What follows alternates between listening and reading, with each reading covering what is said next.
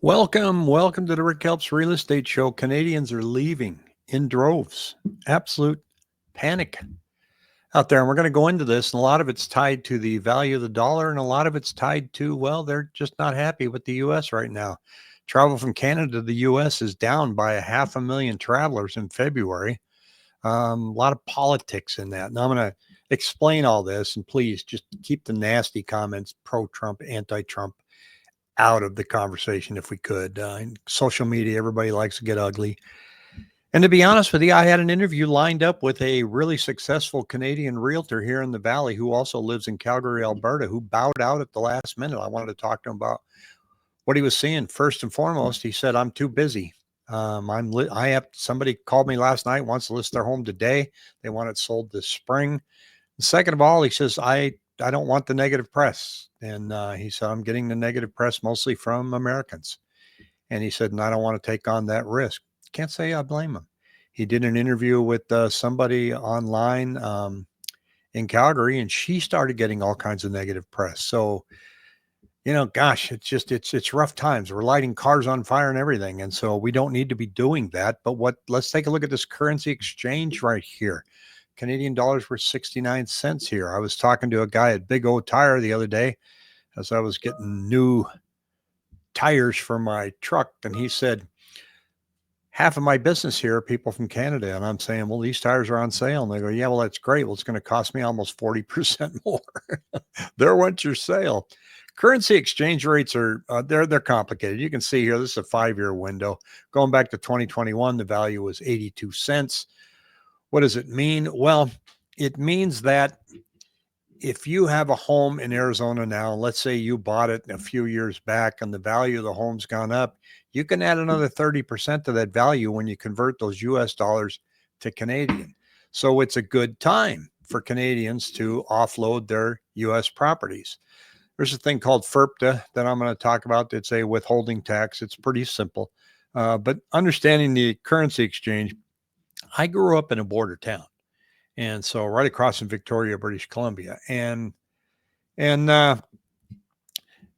we would always have the exchange rate, taped to the window of the little gas station that I worked at, and the little gas station convenience store. And somebody come in with Canadian money. I just had to look at the older gentleman I was working with and go, I didn't get it. He'd pull out a piece of paper and he would do a calculation and go, okay, charge him $3.25 now. And that was the extent of my education on currency. There was no such thing as a calculator then. Those didn't come around until I turned about 16. So I didn't know. Now you use your ATM card, you use your Visa, your MasterCard, it goes ahead and does the currency conversion. I liked it when there were periods where we were at par and then all the stores in town would have signs, Canadian welcome, dollar accepted at par value, which meant your dollar's worth $1. And those were good times. It was really good times when the US dollar was worth less than the Canadian dollar in the summertime, because then more Canadians came across. So we're always going to see this. What's different this time is they're just a little bit ticked off of the chatter that we want to make them the 51st state. Okay, you can kind of wash that off as just blather, maybe. They don't like the tariffs, the talk of tariffs. Now there's talk of having them register, sign up, maybe pay a tax coming to the United States. A lot of this back and forth stuff have just made Canadians go, I've had it. I'm done. Look, the money's there. Let's take it. We'll just take more vacations. Maybe we'll put our roots down somewhere else for the winter. You can sell your home here in Arizona and convert those US dollars to Canadian dollars, make 29%. Go buy a home in Belize where your Canadian dollars worth $1.41. There's options out there. But in the meantime, they're in a hurry.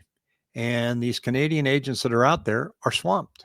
They're very swamped. And we can help you with that. We're not swamped with Canadian sellers. And you don't have to be an expert on selling a Canadian house. It's just a house. And so, you have these, and you can see here, I've got a QR code up there on the top there. You can connect that, and that helps you connect with our team here. If you need assistance, I'm just going to put in a little plug. There's Jessica, Ruby, and Jackie, and Pat, our lender. And this is my referral team. So we can give you a hand if you need something there. And now let's talk about FIRPTA for a minute. FIRPTA is what's known as the Foreign Investment in Real Property Tax Act. So if you're selling your house, and this act, and not just Canadians, it's anybody, and you live in another country, then there's a tax that's withheld, about 15%, a little bit higher if it's over $1 million. And it's designed so that you don't flee to another country and not pay your capital gains tax if you owe any. That's up between you and your accountant. And so it says that they'll withhold it from the buyer, but you usually withhold it from the seller's proceeds. So they get all their money minus 15%. That's a deposit for the IRS. The title company handles it. It's very easy. You don't need a lawyer. It's just another step in selling a home. So the seller has that withheld.